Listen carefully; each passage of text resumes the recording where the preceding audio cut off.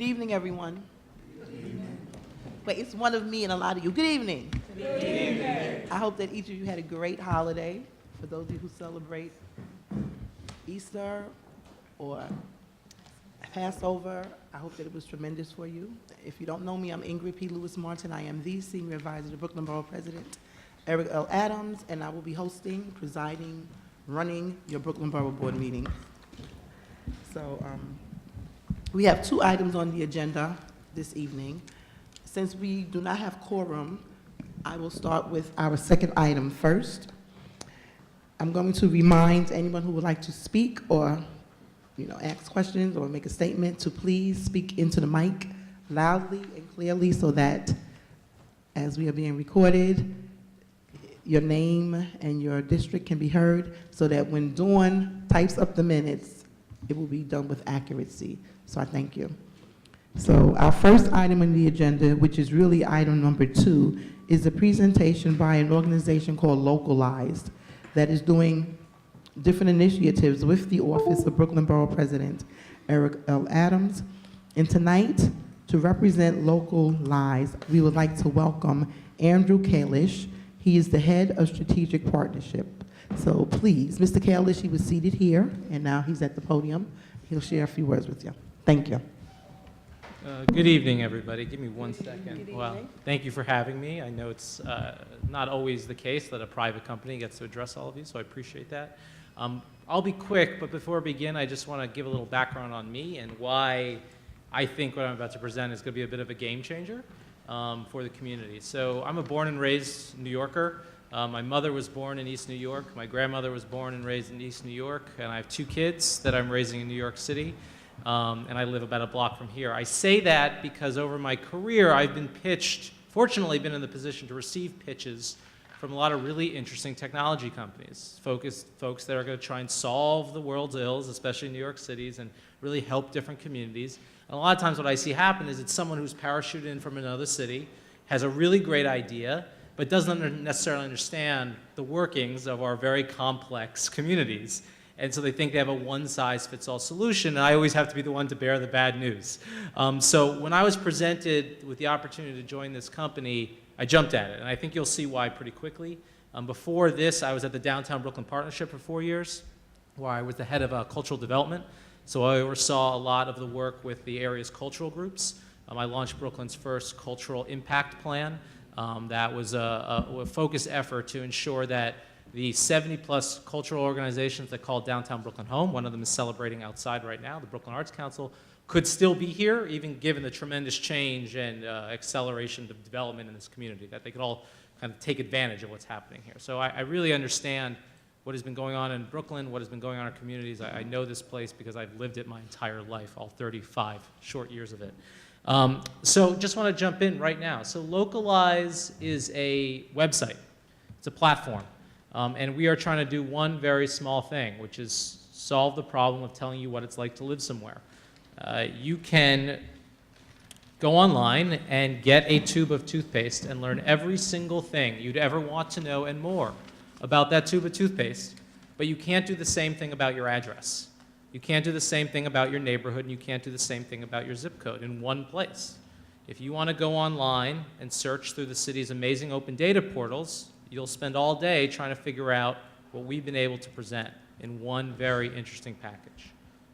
So we want to be able to tell you what it's like now and what it's like in the future. We've all heard this. Construction makes it unlivable. These are pull quotes from a New York Times article about people who have moved into a new home.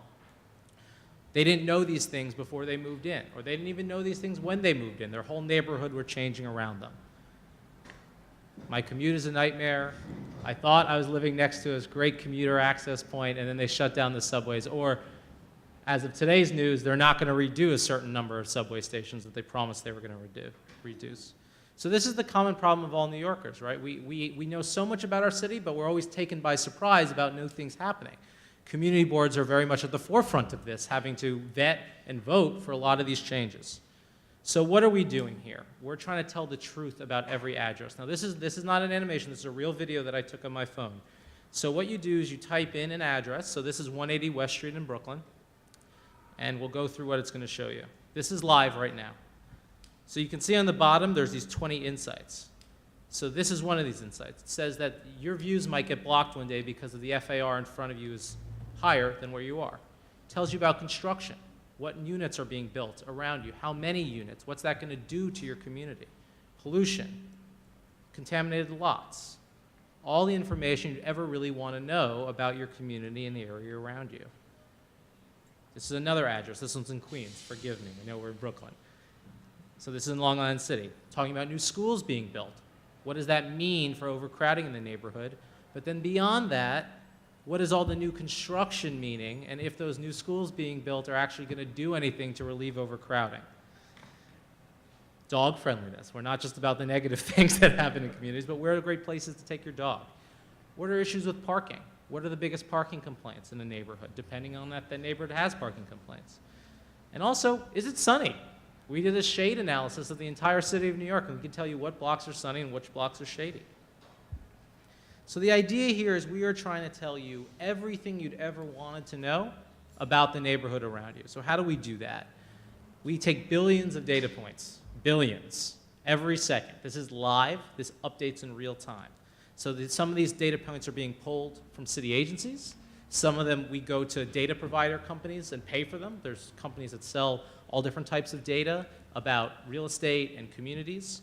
And then we bring them together, and we built something called an insight engine. And so our secret sauce is not just regurgitating the open data that's out there, but we have a team of urban planners, humans, that work with our data scientists to analyze this data and produce that content you see. That content was written by a machine, but the people teaching that machine how to write are real humans who live in New York City, who have urban planning degrees from New York City and New York institutions, who have worked either at city agencies or have worked at other city planning firms who really deeply understand communities. They're attending community board meetings, they're going out into the community, they're speaking with people in the community, and they're learning about these communities because they want to provide as much up-to-the-minute detailed information as possible. And that's what we're trying to do. We're trying to make it easy for people to understand what's around them. And people like it. This is the salesy part of the pitch. But these are real quotes from our user testers. And the idea here is we want to be like your old trusted friend. When you go on this platform, we want you to feel like you're talking to someone of the neighborhood. And what we're really proud of is that when you type in an address or a neighborhood, those insights, 85% of the people that are going to it are actually flipping through all of them and reading them, which is very rare. So who built this? So the team that built this, you're probably wondering who built this crazy technology. So we're based in Israel. We have about 100 people there and 10 people in New York. It's an established company in Israel called Midlan. And the people that built this technology, there's a company called Taboola. It's one of the largest insight engines in the world. Trusteer is the premier banking encryption software. These are folks that founded these companies, built these companies, and then exited the companies. And then the person who designed our platform is, his name is Mishon. He went to NYU, and he's also a graduate of IBeam, and he designed Waze. So if you use Waze when you're driving, he's the guy that designed all those maps, and so we have him designing our maps. And the president of our company ran brand strategy, and he's actually a native Brooklynite at Twitter. And then in New York, you have myself, who worked at Downtown Brooklyn Partnership, and we just hired Amy Zimmer, who's the former head of real estate reporting for DNA Info. Some of you might know her. She was at a lot of community board meetings. And so she's working to also provide hyper-local content and work with different community groups on creating content for those communities. So like I said, we have about 100 people in New York and Tel Aviv, all different types. Sorry, I wanted to show you all the different types of people we have. So all different types of people. People who work in cities, people who understand cities, and people who know how to communicate about cities. And so I'm here tonight to say that, we want to work with community groups. We're already working with Eric Adams, Borough President Adams' office, on something really interesting that hopefully we'll be able to announce soon. We're working with a number of bids. We already started some outreach to the community boards, and we've also been talking to some other elected officials and city agencies about how we can work together, because we have this incredible technology. We have this incredibly deep bench of technical talent that is very difficult to assemble anywhere, and so we want to be able to work with community groups. So one thing is content sharing. Not only does the machine do it, but our urban planners actually write specific insights that they author themselves about communities, and about specific issues. So we want to work with community boards about that. Are there issues within the community that aren't being surfaced? Are there issues that we're surfacing that the community didn't even know about because we're seeing it in the data, that might be inaccessible to community groups just because of the nature of how it's presented. We want to work with that. We want it to be a two-way street. If you see something on our platform that doesn't make sense or is wrong, we want to hear about it. We're not Facebook. We're not saying, oh, the content's not ours, right? We own this content. We wrote this content. We take responsibility for what's on this site. And that's very important to us, and that's why it's very important to have a two-way dialogue with the community. Another thing is we have built a widget. So essentially, it's what you see in the mobile app. Right now, it only works on mobile, and it's a website. It's not an app. You don't have to download anything. But we've built a desktop version that we are giving out for free. So we work with different community groups to customize that. We're working with, like right now, we're working with a number of bids to create a special area that surfaces insights within that area. And so we want to do that for everybody. It's free. It is 100% free. We don't keep any user data. All we see is how people use it. We don't know who they are, and we don't want to know who they are.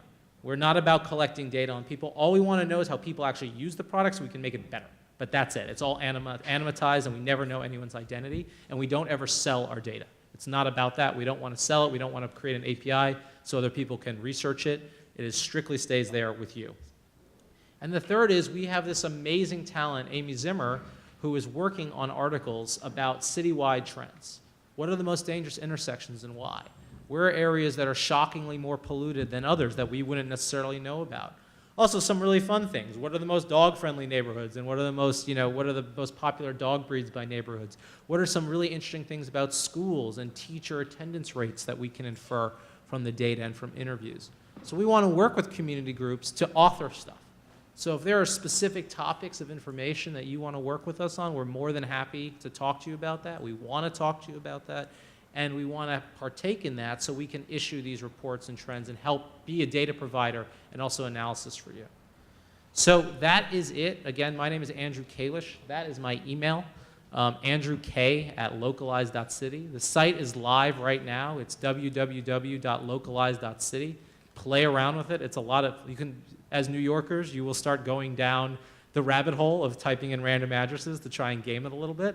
I'm telling you right now, it's not perfect. It's a work in progress. It's live, but it's a work in progress. Just like Google. Google Maps is never going to be finished, right? Everyone has their issues with Google Maps. We're the same way. We intend to keep working at this, and we want this to be alive for a very, very long time. And so, please reach out to me. I'll be here for a little bit. I don't know if I can take questions. Yeah, So please ask away. Yes? Cesar Zuniga, Community Board 7. Hi, Andrew. Thank you for your presentation. Two questions. Yep. What are your revenue sources for the company, and what are the demographics of the people who actually use the software? Right. So right now, we're venture-backed in the United States. So we raised a Series A. We raised a seed round and a Series A round. So that's funding our expansion in the United States. In Israel, we are profitable. Okay. And in Israel, they make money by connecting people looking for a home with the home itself. So they don't do ads, they don't sell the data. Essentially what they're doing is they're saying, okay, you're looking for a home, you're using the platform. In Israel, it's much more built out and sort of more geared towards that. Think of it as like a super street easy that actually works well, that you want to use. And so essentially what they're doing is saying, okay, you've inputted these inputs, we've watched what you've done on the site because you've subscribed, you've opted in. Now we're going to present you some options, but we're not going to present you 100 that are in random places that don't fit your core criteria. We're going to think about being very specific about what relates to you and what not only what you've asked us, but what you've done on the site. How long have you hovered over the education insight? So is that important to you? Have you just flipped through it so we know education isn't that important, or proximity to transit? So in Israel right now, this option has been live for 4 months, and this will eventually come to the United States, is that we connect people looking for a home with that home, and then we get a cut of that transaction. And it's very apparent about that. And right now they're doing about 10,000 referrals, and you have to choose to be opt-in. You have to click, I want to be contacted by that broker, by that developer. And we do about 100 closings a month, and the average time is about 10 days. So we get it right. We really get it right, and we get some great mail from emails from the people looking for homes saying, you cut my search in half. You showed me a neighborhood I never would have thought of, and now I'm really happy to be here. We understand in New York, given the kind of crazy development that's happening here, there's a lot of implications for what that means, introducing people to neighborhoods they might not have thought of and what that could mean for the community. And so we're really trying to be delicate about that, and that's why we really want to work with community boards to make sure that we're not like just an agent to change neighborhoods, but we're an agent to work with them to surface data for those neighborhoods as well. And you had another question. So the demographics of the users of the software? Right now, I mean, it's live, but we have been very quiet. In fact, this is the second public appearance. We're doing a media push next week about it. So we don't really have demographics. And also, we don't know. We're not tracking them because we're not necessarily tracking IP addresses. We're only going to really learn about you if you click subscribe.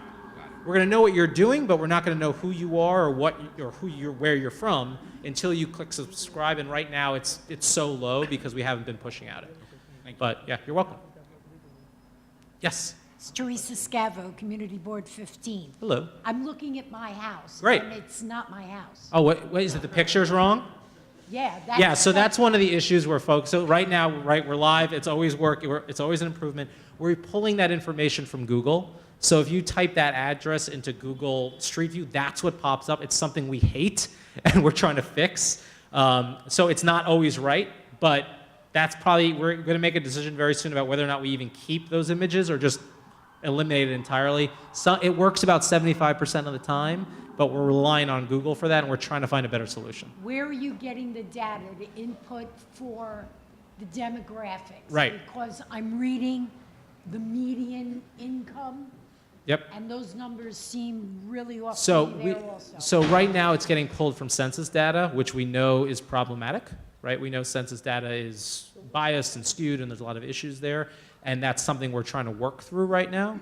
So consider what you're seeing product 1.0, right? Like think about the original Google Maps, which like you couldn't look at New York City on the original Google Maps. It didn't have streets in New York City. It was great for if you were in Kansas. Think about like the first Hop Stop. Remember Hop Stop? The original, like the transit directions were wrong half the time, but it was still better than nothing. Give us that benefit of the doubt because right now we're at that point. Now this is the first iteration of the product in the United States. It's very complicated to do what we're doing, and every day it gets that much better. And the more feedback we get, when you say, hey, this is wrong, we're like, great, thank you, we're going to go fix it. So that's another reason why we're out here, because especially with the community groups. You know, I was speaking with a community board district manager. I'll leave who it was out of it for a second, but he mentioned that in their community, they don't like to use the word, all right, now I'm going to go off the deep end here, so apologize, gentrification. They use the term economic displacement. And so we're like, that's really good for us to know, because now we might not use that term for everything, but when we do talk about issues facing the community, we want to make sure we use the language being used by that community. So it's very important to us that we get it right, because we say we want to be the truth. And we want to be agnostic to politics, but we want to be truth to the community. So that was great feedback. We actually, the urban planner who was with me at that meeting, went back to the office and changed the insight for that neighborhood to reflect that language. So when we hear things like that, we really want it to be a two-way street. We're really sensitive to that, and we want it to be seen as a tool for everybody. Thank you. You're welcome. Yes, sir. Ed Powell, Community Board 14. I heard you mention early on no cost. Is that an absolute, or are there any subscription fees or other costs involved? Right now, there is no cost. Down the road, I'm not going to ever say like there'll never be. I mean, Facebook said things would be free forever, and then they started charging our stuff for. So I'm not going to. But our goal when working with community and civic organizations is that we've created something that has a business plan, but the byproduct of it actually is a great tool for the average New Yorker and the average city dweller and the average community group who just wants to surface information about their communities. So we say, hey, look, let's go make money off the people that can pay for it.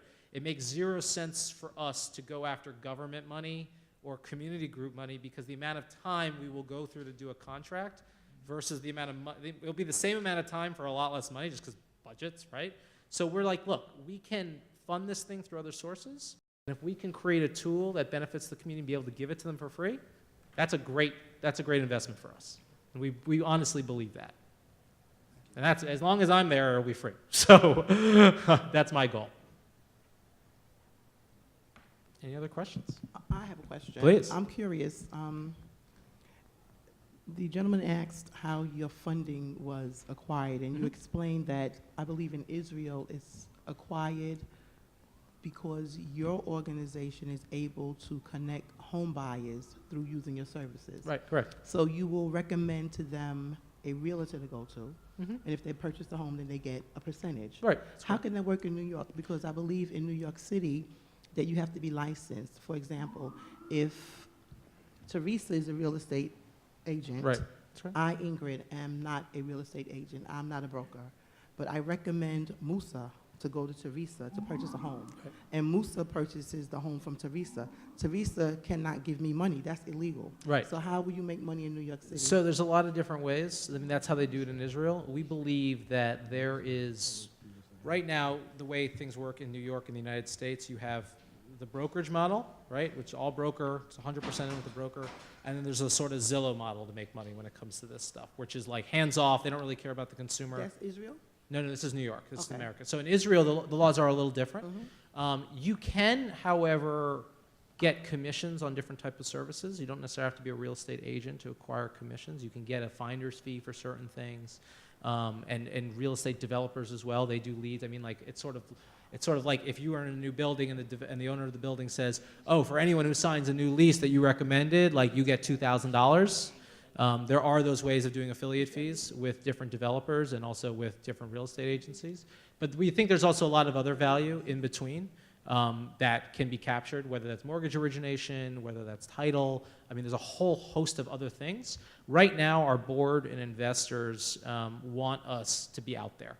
And so, like they said with Google and Facebook, you know, our founder, Asaf, is ambitious. He wants to be like Google.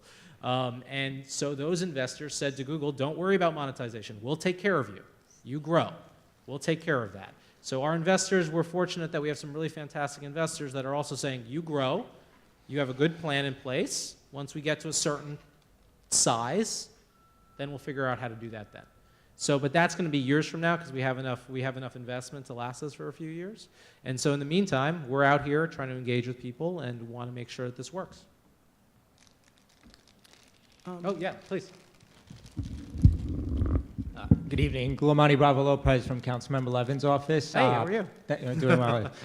Thanks for being out here. Just had a quick question. Is Yeah. this strictly a ULURP tool then, or is this also, will this incorporate 311, any neighborhood Oh, complaints? it has everything. noise, I mean, so essentially, we're pulling from every single open data source there is that the city is providing. We built a little machine that goes in, it's a terrible name, it's a scraper. So it scrapes websites for information. So anything that's out there in the public, it pulls. So this could be this could be media, this could be your website, it'll pull stuff from there. If there's community news, it pulls stuff from the borough president's office, any kind of like, you know, community minutes of meetings. We have the community boards, some community boards are more consistent than others about posting their minutes, it grabs those. It pulls everything. So for an example, I probably shouldn't mention this example, considering the meeting the other night, but let's use 80 Flatbush, sorry, as an example, just because it's hot in everyone's mind. So for example, if you type in 80 Flatbush, we're gonna get to the point that says this project is undergoing ULURP review, here's where it is in the ULURP review, here's what the proposal is, here's the next steps in the ULURP review, here are the dates for the next open comment period, this is how ULURP works. So the idea of making this tool easy for anyone to understand what is happening around them. So yeah, it will incorporate that. That's not there just yet, but that is definitely part of it. It does mention, so if you type in 80 Flatbush, it mentions the project, it mentions that's under review. It doesn't have the timeline and dates, but that's all going in very soon. Hi, Janice Morgan, Hi, Janice. Community Board 16. Just to follow up, I guess, on Teresa's question, if you find that there are errors in the data and that you believe like your neighborhood is being misrepresented, and how long would it take to actually, get that information updated? Right. So it all depends on what it is. You know, if it's something that is like, you know, if there's a term that's being used that's incorrect, if there's sort of a boundary, if there's something that's very subjective, let's say, that's easy to do, like someone can go in and do it. If it's something that that might butt up against the data we're seeing, then we're going to put that under review because we're going to say, okay, wait a second. The community is saying something different. The data, the raw data that we're seeing that's supposed to be objective is saying something different. So who do we believe there? We got to go do our research, right? So we're going to then reach back out. We don't have a fully realized process in place yet for how to do that, but essentially what we're going to want to do is go sit with those people, really understand their concerns, go back and then go talk to those data providers. For example, something we're doing right now is we're looking at flips, right? How many flips are in a community, right? That can be an indicator of things to come in that community, right? If people are flipping properties. We saw in a data set that there was like 40,000 flips in Manhattan. We're like, that's nuts. That can't be right.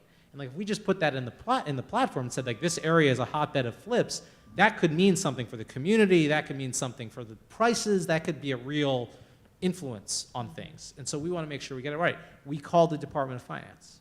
We realized there was something was wrong. And they're like, oh yeah, it was wrong. It was inputted wrong. And the open data was wrong. It was in fact like one recording. It was like a whole buildings, like Mitchell-Lama buildings were being, converted into co-ops or so on and so forth. And it was being recorded multiple times in the open data. So when they actually referred to the paper records, which we foiled, we actually got the paper records and compared the two. Right. So that's the kind of depth we like to go to. Right, and that was my next question is sort of what types of agreements do you have with maybe certain city agencies that you're relying on to give you accurate data? Right.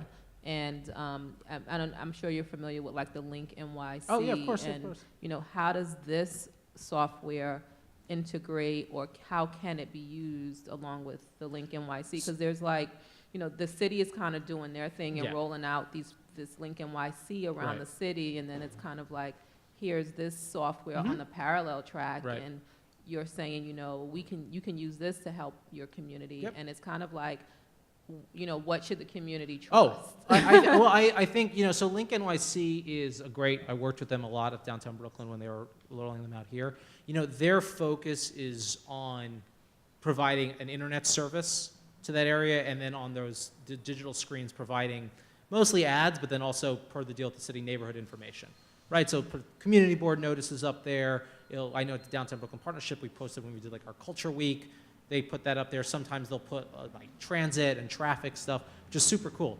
That's great. We complement that. Like they work together. So in fact, we are planning to reach out to them about how can we provide them with things to put up on the.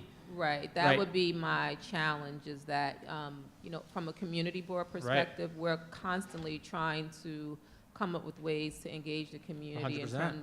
in technology Yep. and get them to use technology so we can send messages. 100%. So, We would love it. If yeah. Link NYC put our widget up there and said what was happening, we would be thrilled. yeah, We see them as a great partner. right, we just want, at least I would say, my concern would just be that this be something that really builds on all of the other technology 100%. platforms that exist in the Yep. community, and it doesn't become something that contradicts what Oh, no, we in rely fact, see, on. we see it as a real compliment, right? Because we only exist because the city has done a lot of work, and the community boards who have pushed them and the borough presidents who have pushed them to open up city data.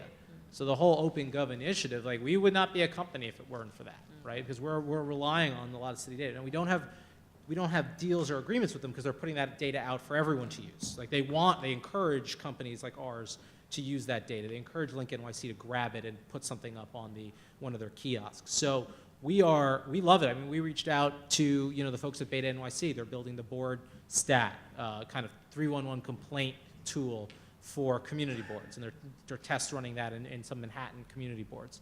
So we want to work. We want to work with everybody. We are partner agnostic, and we think the more people that we work with, the better. So yeah, we are open to suggestions, and we are open to introductions. Thank you. You're welcome. Yes. Najani Granville, Community Board 8. Nice to meet you. One of our council people a few years ago introduced something called Data to Go, and it supposedly helps you to correlate socioeconomic factors interesting. by neighborhood and by areas. Is your application going to incorporate any of that information? Eventually, we're very cautious about it. We want to do it slowly, and we want to do it right. Because, like I said before, when you have census data, which is sort of the easy, open data pool that there is for that type of information, we know how biased. I mean, look at the last census says Brooklyn lost a population. Like, we all know that's not the case, right? And this new census is going to have a citizenship box check, so God knows how that's going to decimate the population of New York City, right? And other big cities. So we want to approach this very carefully. And so that's why we want to work, because we're not the experts in everything, right? We know with a lot of this stuff, we're not the experts. We might be able to build something really great, and we might be able to draw data really great, and our urban planners are super smart, and they all took that oath that all urban planners have to take, but that's why we want to engage with the community boards, and that's why we want to engage with elected officials, because we want to say, hey, what is the best way to do this? We don't want to come in and say, this is how it's done. This is the socioeconomic picture for this neighborhood when we're relying on flawed data, right? When there's a lot of nuance to that, when there's a lot of implications of what that data can then create. So that's why, one of the reasons why I'm here today and I'm not at a tech conference, right? We want to really work with the community because we understand that, like, you know, we're talking about your home, right? This isn't my home, right? Your visceral reaction immediately, right? When you type in an address and it's your community, you know this place, you're the expert, not us. So that's why we're having this dialogue, and we really want to continue it. So when it comes to socioeconomic data, that is something we want to tread very, very lightly with and very carefully with, because we are not the experts and we don't want to act like we are. I just want to make one comment to you. Sure, please. One of the things that has worried me over the years as a community board chairperson is the fact that we are supposed to, according to the city charter, have a planner for every community board, but we never budgeted for one. Of course, yeah. So whenever we need certain types of technical help, we have to go outside to get it. And a lot of times, if we can't get the money from our elected officials, then we're just lacking with that technical support.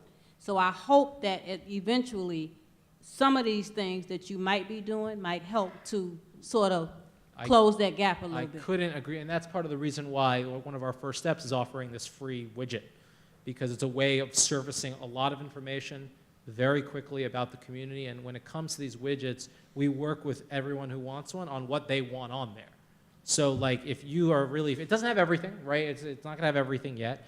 Board Stat, which Noel and his team at Beta NYC is really much more focused on complaint data, 311 data, and you can really dive deep in that. We're like one level up on the depth, right? We don't go as deep as they do, but we think it's a good first step, and we want to work with the community board. So if someone wants to use that widget on their website, we want to talk to you and say, okay, what are the things you want to surface? Here's what we have now. Here's what's in the pipeline. What do you want in there off of that menu, and are there things in the future that we can prioritize to make sure that we get it in? Now, we can't be all things to everybody, right? We have limited bandwidth, as all companies do, but we really want to do our best to do right by the community. Thank you. You're welcome. All right. Any other questions? Are there any other questions? Okay, so I'd like to Oh, thank one more. We got one more.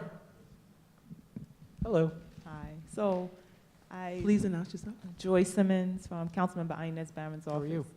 How are you? So your, I guess, app, so to speak, or program would give information about who owns a building, right? Not yet. It doesn't have building level data just yet. The Okay. first building level data we are going to roll out has to do with complaint data, and that there's a little bit of, there's some test addresses of that. So it says, for example, one of the addresses are, residents of this building are consistently complaining that the elevators are broken, right? And so judging by the history, we expect that not to be resolved, but basically saying like, this is a bad landlord. We have another one that's about to launch that's about lead paint. So, or an open DOB violation. This building consistently receives open DOB violations. The last violation was filed on this date, and the lead paint issue still has not been rectified.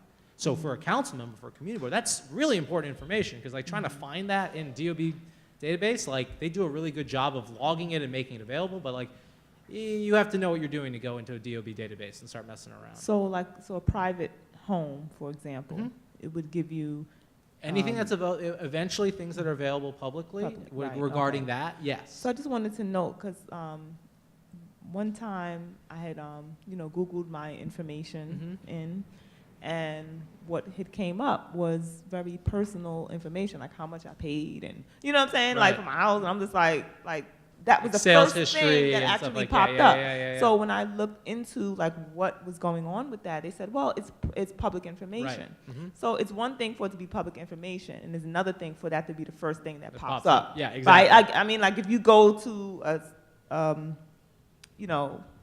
courthouse or something and say, I want to do some research and get Right, that right, information. right. Okay, okay, but for that to be the first thing. Yeah. So I'm just wondering, is there anything that you plan to do to maybe, I mean, I know there's that tug of war between wanting information, but course, then also yeah. respecting people's privacy. Yeah, of course, of course. But I just wanted to get a sense of what kind of measures that you might be taking Right. to balance that, so that it's not, it's not people being, right, and people are able to do theft identity by finding out a lot of information about them. And it goes back to who the founding team of this company is, right? Like, they are people that have built privacy software, right? Like, the guy who built Trusteer, like, that is an encryption software for the banking industry. Like, that is to keep your identity safe. Maybe Sachs and Lord & Taylor should have used it. So, they take this very, very seriously. And they understand that, like, having a real estate angle to things, like, there's going to be pricing. Right, but it's how is that presented, in which way. Now, in Israel, it's much different, right? Because you go on the Israeli website, it's much more of a real estate portal. It looks like a Zillow. So that's going to be all there about the house, and it's going to be on the profile. But because of the way we're sort of going at it in a different direction, we're starting with telling you about what it's like to be somewhere, and then honing in on that building, that the whole real estate angle becomes a channel of the product, not the product. Right, so like Zillow, StreetEasy, like they're very important tools and they're a great company. Well, it's one company, but like the whole purpose of that is you click on that building because you want to live there, and that's the only thing they do. Everything else is secondary, right? So that's why it comes up first. For us, people use the tool however they want to use the tool. Some people might eventually be going at it, hopefully, when we have more local news on it. So they're going to be going at it for local news. Some people are going to be, what's going on construction-wise around my neighborhood? Someone's going to say, I want to go look at pricing in the neighborhood, and we're going to give averages, and there's going to be that information. But it's not going to be the marquee spotlight thing, right? The idea is that when we do open that up for transactions in real estate, it becomes a channel of the product, not the product, right? And so that's the important thing for us, is because we know that this information, while public, it's not easy to get it, right? And like, we're making it really easy to get it. And so we put a lot of onus on ourselves about how we do that correctly, and how we do that in a way that it's not about revealing someone's identity or shaming them if something was going on with their building, right? Like, we can, there will be something about tax liens, but we're very conscious. There's an actual debate right now about, okay, how does that look? Is it some poor soul who like fell behind on their payments, so there's a tax lien, or is it like, a bad landlord who just hasn't paid their taxes, right? And so we were very careful about that. Right, and just to note, and what happens is Google pulls now, they look and get all the information they can, so whatever's under that person's name, exactly, right, it'll bring forth that information, even if that's Pulls not right what out. the person Yep. who Googled the name was looking for. Yeah. So just wanted to make Oh, you no, it's aware something- of them it's- pulling, all that information. yeah. It's like, oh wow, tax lien. No, Oh I know. wow, It's this crazy. and that. I know, it's crazy. It's not. So it's something that, like, literally, if you sat in our office, you would smile a little bit, because that's what we're talking about. Like, these are the issues we're talking about. And the team in Israel, if you're in Israel, you're dealing with a lot of stuff every day, right? And so they're very conscious about being seen as transparent, being seen as the protectors of the truth, and being protector of the consumer. Where a lot of these other real estate platforms, their customer isn't the consumer, their customer is the brokerage industry, which is fine. There's nothing wrong with that. Our customer in this case is you. So if you don't like the platform, that's our problem, not like you, because we want you to like the platform. So I know I've taken a lot of time, so sorry about that. Any other question? Oh, one more, sorry. Teresa Scavo, Community Board 15. Yes. Now, just to follow up. Yeah. Did you just tell her that prices and none of that would be posted? 'Cause It's I not in just- there, no, it's not in there right now, unless you're Sure seeing it something. is. I just went to the house next door to me. Oh, it's in there? Interesting. Yeah, the house sold November 8, 2006 for $1.8 million. Huh. Now, if I know her address, I just punch it in and there's, That doesn't work for every address, and that's probably a test one, because it shouldn't have been live. So, like I said, it's going to be a channel on the platform, and it's going to be done correctly in a way to make sure that it's not out there so people can steal things. It's done in a way for people who are looking to buy a place to get the information they need, and that's the goal of the platform. Do we have any more questions? All right, so again, I'd like to thank Mr. Andrew Kalish for his presentation this evening. We are 3 members short of quorum, so I'm going to... Sorry, guys. Thank you. Thank you. Okay. Appreciate it. And this is my email, andrewk@localize.city. We got it. So please feel free to email me with any questions you have. Thank you. So we're 3 members short of quorum, as I said a moment ago, and I'm going to move forward with new business, which is sort of crazy, but I'm trying to hold out, so hopefully the last 3 soldiers will march in. So we have Yahara Alvarez, who is here with us from the City of New York Civilian Complaint Review Board. Her title is Deputy Director of Outreach and Intergovernmental Affairs. So we welcome you. Hi. Hello, everyone. First of all, I'd like to thank you for your time. I know that my colleagues, Primavera Vasquez and Timothy Harrell, have probably attended a lot of your community boards and let you know about who we are. Just a quick refresher, we're a city agency independent of the NYPD, responsible for mediating and investigating allegations of police misconduct. I just wanted to say 2 new items. As of February 14th, our board unanimously passed a resolution to start investigating allegations of sexual misconduct by members of the police. And on May 11th, we'll be hosting a Brooklyn-wide board meeting. We held our borough-wide board meeting in Upper Manhattan last month. It was wildly successful. We had a lot of different community board members, youth, commanding officers, NCOs present, engaging in a conversation on how to better police community relations. We want to do that same thing here in Brooklyn. We are finalizing the location, so bear with me. I have some flyers of save the date. My email for those who have a pen is Alvarez, A-L-V as in Victor, A-R-E-Z, at ccrb.nyc.gov. If you want us to come out and give Know Your Rights presentations, information about who we are and what we do, we'll be happy to come out. Last thing, we'll be sending out an annual report once it's finished in the upcoming weeks to all of the community boards. We really want everyone to look that information over and see how we can move forward with that. Thank you so much. Thank you. Do we have any questions? No questions? Okay, well, I want to thank you. Thank you. I will make sure that the Office of Brooklyn Borough President Eric L. Adams scans Ms. Alvarez's card and emails it to all of the members of the Brooklyn Borough Board so that you'll have her contact information. Thank you. You're very welcome. So we don't have quorum. So, I mean, we'll wait like 5 more minutes. If everybody agrees, we need to vote for the Prosper Park. Could certain people vote twice? I'm sorry. And this is crazy. I guess not. So I don't know what else.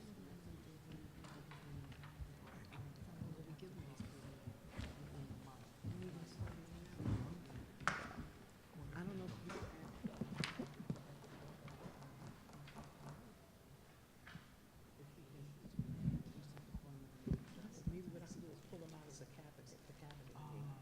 You know what, we could probably do the Borough Service Cabinet meeting. Maybe what we could do is, once that meeting is over, members from the Borough Board can stay, and then maybe we can do it. So let me check the date, that's in the daytime. So we can try to get it done for you. You know, and I apologize. And Yeah, the but members how who are. How does the Borough Service Cabinet?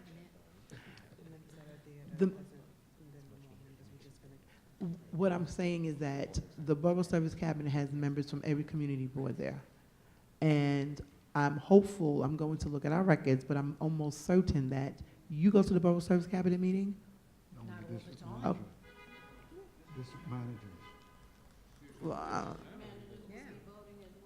no, we'll just pull, won't let the district managers vote. We'll do a bifocal meeting. They'll have their meeting, and then the people from the Borough Board will remain.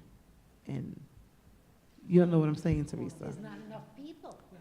Usually at a cabinet, district cabinet, it's usually maybe me, and I think you were there the last time, there were 2. So but aren't you all required to go? No, Oh, district manager. the managers? The last cabinet, it was just him and I, that's it, 2 of us were there. Okay, so then what I will do, so what I will do is, I will see, I'll figure it out. I'll figure it out. If we have to do if we have to, you're talking in my ear, I got it, thank you. I'll figure it out if we have to do a meeting for this month, or if we have to just move it over to next month. I'll check with legal to see. Is there a timeline for you? You can go to next month.